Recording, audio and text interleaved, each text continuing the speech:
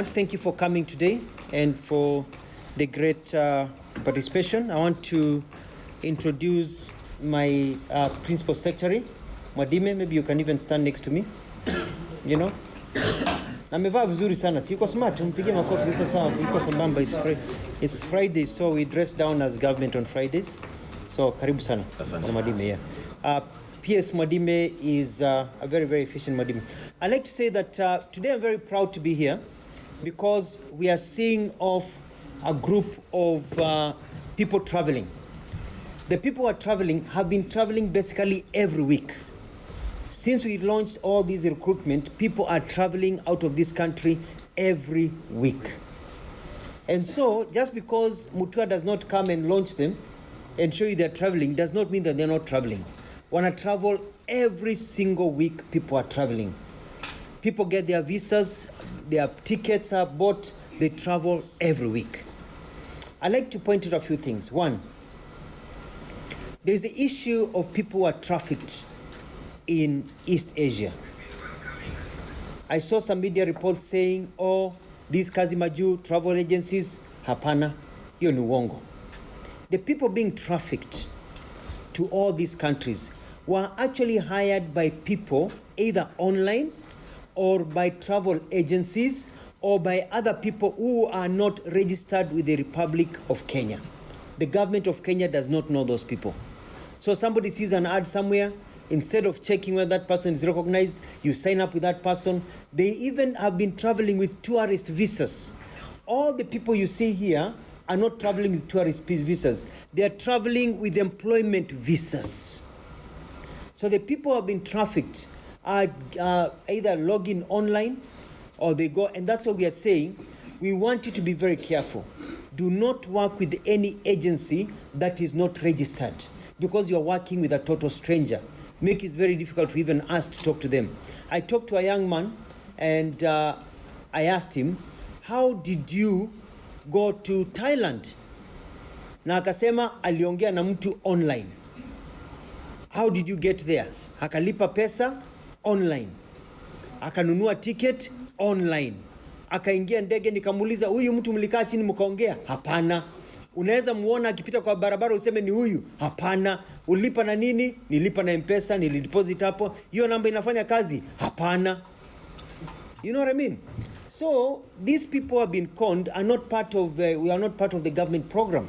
Those are people who are being taken advantage of by people who are conning the people of Kenya, young people, because of their desperation. So it's very important to get that point across. Number two, you know, when we recruited, maybe we had the big Qatar program, which is part of this program. So the Qatar company, efficient, very nice country, Qatar with over 50,000 people. They are posting some of the people to Iraq, others to Algeria, others to various countries on the world where they have the companies. So it's a Qatar program, but it's continuing. These people here were recruited as part of that program, and they were interviewed, and you are free to talk to them. They were interviewed by the people from Qatar, and they're being posted to other places. So it's an ongoing program that is ongoing. And when people are recruited, it doesn't mean you are recruited today, unapata kazi, unaenda kesho. There's a process. You have to do your medicals, and then the country has to prepare the visas when they have a slot for your accommodation and everything.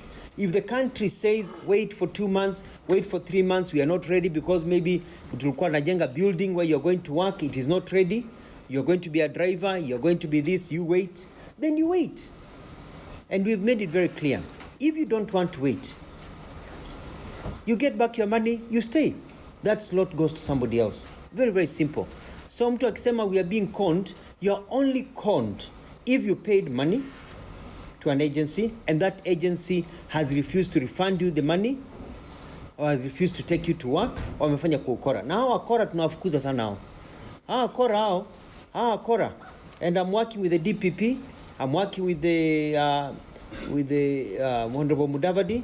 We're working with the Attorney General's office because since I got into this ministry, I realized that for the last 2 years, nobody has been prosecuted. Hardly anybody has been prosecuted. There's a slowness in prosecution, which we have discussed, and I'm going to make sure people are prosecuted. It's been a push. I started about a month ago, written letters to ensure that we see prosecutions so that these agencies, some of them have been blacklisted. We've ensured that they don't con people. But those are not part of any government project. Those are people who are issuing statements and conning people. The other thing I'd like to talk about is that if you feel you cannot wait as a young person, you don't want to travel, ask for a refund. You get back your refund. When you get back your refund, the monies that were used for medical, because ukienda kufanya medical, umepigwa x-ray, umetolewa damu, there's a cost to somebody. That cost has already been expended. You cannot expect to change your mind and then somebody bears that cost. So that cost is minus and you get the rest of your money. That is your right. But somebody should not refuse to give you your money. So if you feel you're not patient enough to wait, we did the interviews in, was it March? October. Well, sorry, March. We did interviews in October. Watu wakaanza kwenda November, December, si ndio? They have been traveling. These ones have been patient, and others are still traveling. We have more people going next week. We have more people going the next 2 weeks. People will continue traveling according to when we get the visas sent to us. There was also a delay of some of the travel because some of the offer letters came with less money. Mimi kazi yangu, I don't send people into slavery. When I said the money is less, I told the agencies they renegotiate so that our people can get enough money for living. Si ni ukweli? Yes, si mulipo pesa kidogo because other countries are taking little money. Kenyans are very skilled. So my job was to ensure that Kenyans get good money. So some of those letters were delayed. We renegotiated. Actually, the rates went up. They got better salaries. Others we are renegotiating so that we don't send people into slavery. It is also important to know that people travel and people are returned for various reasons. And some of the reasons are personal reasons. You've been tested here, you're okay. But you're traveling maybe 2-3 months after testing. You go to a country, they retest you, they find you're HIV positive, for example. Or they find that you have taken drugs because it shows in your blood between the time you are tested here and there. Or they find an anomaly of something you've caught a chest infection between this time and that time you are tested. And people are sent back. So when you see people are sent back, at times you don't want to tell you this person amerudishwa kwa sababu yuko HIV positive because that's their right. So some people are complaining, going to newspapers, nilienda nikarudishwa, but you know, it is because they went and they were found to be sick or to be found not to qualify for some medical reasons. And that's a reality. So hata hawe kwa hapa, pengine wengine watarudishwa because wataenda wakutikane, walikuwa wanapiga sherehe juzi kwa sababu wanasafiri, wamevuta bangi. You know, and it's showing in the blood. Sindio? Put them some pills. Amepiga sherehe, si unaona? So I mean it's a reality. Unaenda na nimeshawaambia wanajua. Unapiga sherehe, unaenda unachoma unarudi. So some people go wanarudi hapa wamerudishwa, mnasema fake, hati conning. They are not being conned. It's just a reality of the day of what happens with recruitment in these countries that are very strict when it comes to your health care and your reason. Others go and they're also doing document verification, and they do document verification, and some are sent back because they say there's a problem with the document. When they come back here, we're able to check the document and able to convince them that these documents are okay, and they go because that is something that is ongoing. Others are sent back because, for example, there are people who went to work as police security officers. They go there and they're sent back. They're told they don't qualify because of they went, and when they got there, their attitude was not in keeping with what they were going to do. So the employer anakuambia sorry, si ndio? So ndio naambia watu, you must project the right image. So it is the right of the employer to keep the people they want. We cannot force an employer. So when you see people being returned, it is not because that they are being conned or what. No. It is because there's a problem. And there's usually a problem when people are being returned. I like also to say that it is quite telling that the young people, some young people, were actually being manipulated for personal reasons for other people because I think this is a very successful program. and a very needy program, which I'm going to take nationally so that we can get a lot of our people to go. I will not stand by and see a program being diminished by people who are afraid that this program of William Ruto will succeed. Number two, I will not stand by and see any young person being conned. And they know very well that if you're being conned, and we're dealing with these issues, the PS knows, I get submissions every time. We're investigating. We get people getting their money refunded all the time.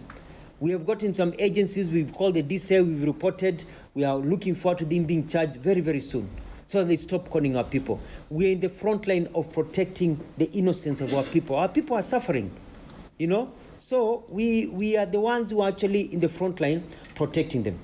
But it's also good to say that if you're not patient, you know, we have people here traveling to Germany, Qatar, Dubai, Iraq, Saudi Arabia. If you're not patient, na unaona imekaa sana, rudi chukue pesa yako.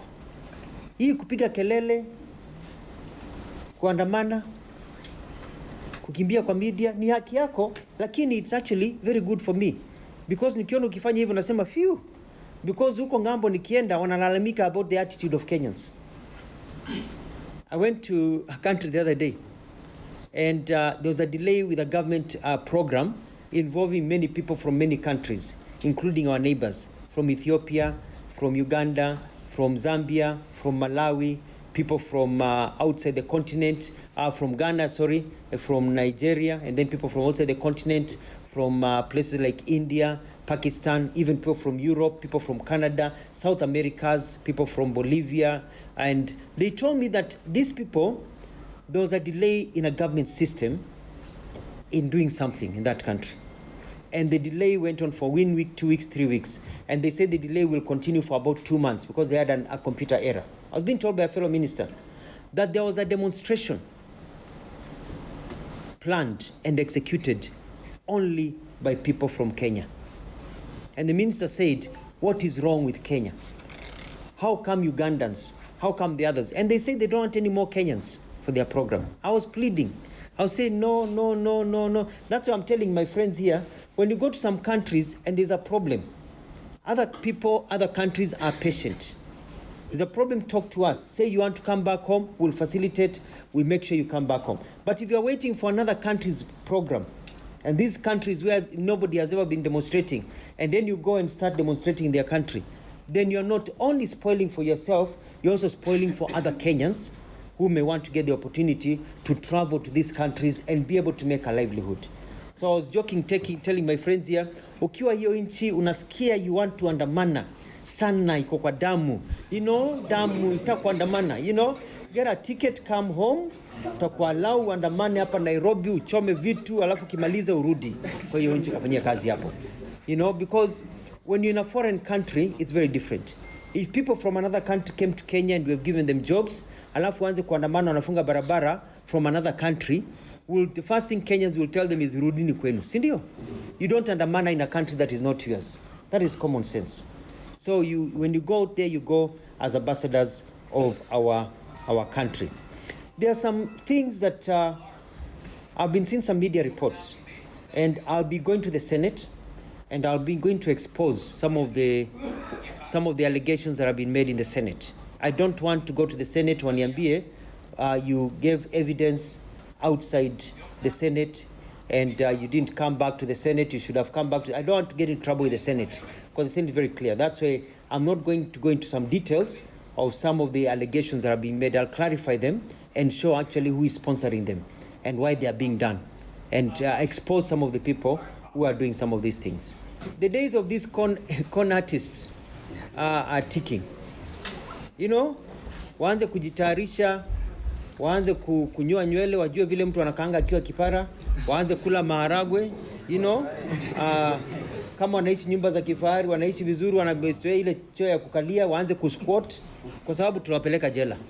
Waanze kuzoea maisha. Because hii kuibia vijana kama huyu kijana ameibiwa hiyo pesa yote, alafu anakuwa threatened kwa sababu ni wakora sana these agencies. Ndio wanapeleka watu mama, ndio wanafanya hiyo ukora yote. But serikali pia, we have already deregistered over 500 of these con people. Na hao bado wengine wanaendelea kufanya hii kazi. 500, we've already registered 500 agencies that were calling people through using a system where we talk to NIS, the Attorney General's office, a very DCI. We registered 500 of them. And I think every 2 weeks, we are not renewing some of them because wamekuwa na hii tabia.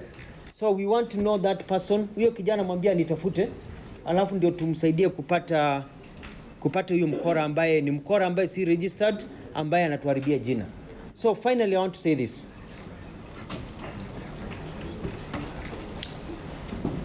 There are people in this country that take advantage of people. When they know people have a need, they take advantage of them. They are the ones sending our people to be slavery in Myanmar and other countries.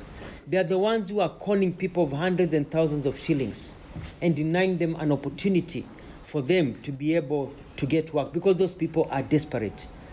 When I was doing the recruitment here, when we had the recruitment for Qatar, we had to call the DCI to raid an office right here in town that had opened and put up posters online overnight that they're the ones recruiting for Qatar, come with 150,000. And people are there ready to pay, and ready people by the time we send the DCI. Somebody anajitokeza akisikia Mutua ameannounce kuna program, hata ana form yake anasema ile program ya Mutua ya serikali ni hii, and they are not registered. So I'm telling people, please tafadhali, when you go to any agency, make sure that agency is registered. Do not give your money, because these are crooks. They're the ones threatening our people, and I want my people to be safe, and these are my people. You know, it's my job to clear and get them to go. It is also good to know that we're working with Youth Fund, we're working with the Uwezo Fund, and we want to be able to provide monies. When I got here, people are being charged 200, 250, 300, and I've said that you have to, and I've looked at the list. Why are you charging people so much money? Okay, how much is the ticket? How much is the medical? And I've been able to cut it down, so the maximum anybody can be asked for is 200,000. Because of the fees, and they are significant fees. The exams you have to go and do, their payments of visas you have to do, and all that, so that they are below 200,000. And some of these people, they are cartels. They are very unhappy with me. They are very unhappy with Mutua. Mutua anatuharibia riziki yetu. Amesema maximum 200,000. They are extremely unhappy with me, and so I'm not surprised that they are out shouting what, because they want the system to go back to the way it was when they were taking advantage of our poor young men and women. But I will not allow that. We will not allow that. And so mi nimezoea, by the way. Hiyo kuatakiwa nini nimezoea. You know, I've been in this game for a long time. Nimezoea. Nimezoea because it's when you're doing something, that's when people attack you. Ningenyamaza tu endelea na status quo, ingeendelea tu, and all that. Mutiaina matunda hairushawi mawe. Aya, mutiaina matunda hairushawi mawe. Ni kweli ya. I don't think there's anything else I've left, Katibu. No, but I can maybe re-emphasize. Yes, you can re-emphasize. Let my Katibu re-emphasize. Yeah, we work as a team here. Work as a team. And so when, for example, people, you get funding from Youth Fund. You get the funding this week. When you get the funding, there are fees to be paid. You know, fees to be paid for clarifying this, service fees to be paid. So it may take 2 to 3 weeks before now they start the process of issuing a visa. Visa, they may take 2 weeks. So you may find you may get the money, but 6 weeks down the line, the visa has not yet arrived because it is a process. Sia tukikuwa umepata pesa leo, umekuwa haya today, hati kesho unasafiri. They always take some time for the processing. So it's an employment system. I also want to request the media, this is just for you, when you put headlines of countries, the countries panic and they slow down in provision of visas for our people. So it's very important that you also get both sides of the story before you mention foreign countries, because they can lock out Kenyans. Because they're asking, why are we mentioned in Kenya? We're never mentioned in Uganda. We're not mentioned in South Africa. Why Kenya? So it's also good to think responsibly. You may also be cutting short the opportunities of many of our struggling people. That's just a community service request. It is not an order, just a request for you to consider how you do these diplomatic things. Very, very important, especially when you are questioning something that there is actually a real story of what is going on. But you're only getting one side of the story and running with it because it is sensational. Number two, before they can get a few passports, I give them passports here while they are traveling. Some of these visas came out 2 weeks ago. They have been in process. Some people have already traveled today, others traveled last week. Hata ikelele kiendelea, people are still traveling. And we're not going to stop. Mimi, my eyes are on the ball. Mimi nimejua mambo hii kukua distracted sijuangi mimi. My eyes are on the ball. I'm going to, na mwisho kabisa, public service announcement. We will be releasing a hotline next week for people to report harassment, especially by managers who are forcing our girls to sleep with them so they can get jobs or get promotions, and even firing them. And I hear pia, nimepigiwa simu na pia some of your people in media who are facing the same problem. So don't be afraid to talk to me if you're facing the same problem. And so we'll be having a hotline, and we will be able to ensure that, some of us have daughters who are mature. We have sons who are mature. And I don't want my son anaenda hapo. Some of you have boyfriends, have girlfriends. Anapata kazi, unamwona ameenda amepata kazi, ameandikwa for 2 weeks, yuko gloomy kwa sababu hataki kukwambia ile vitu alienda kufanya huko ndio apate kazi. Na nyinyi mnajenga nyumba. So this is something that is, sexual harassment is a reality. We have to deal with it. So I'm compiling names of companies. So next week tunaweza announce a few companies that are notorious for some of these behaviors. But we get the hotline so that we can be able, as a government, we can be able to combat this. And we look at regulations and see how we can arrest. Ndio hao wengine hao predators. These are predators, waekwe pingu. Kwa hivyo manager, mali huko, saa hii unafikiria funga zip, uende nyumbani kwa bibi yako. Wacha kusumbua wasichana wetu. Ama we mama, waharia na wengine wachana vijana wetu. Wacha vijana wafanye kazi. Ni ukweli hiyo. Wanasumbuliwa sana hao vijana. Wanaambiwa wako na stamina. So wako na shida sana. Wanasumbuliwa sana so that wasonge mahali. So, asante sana.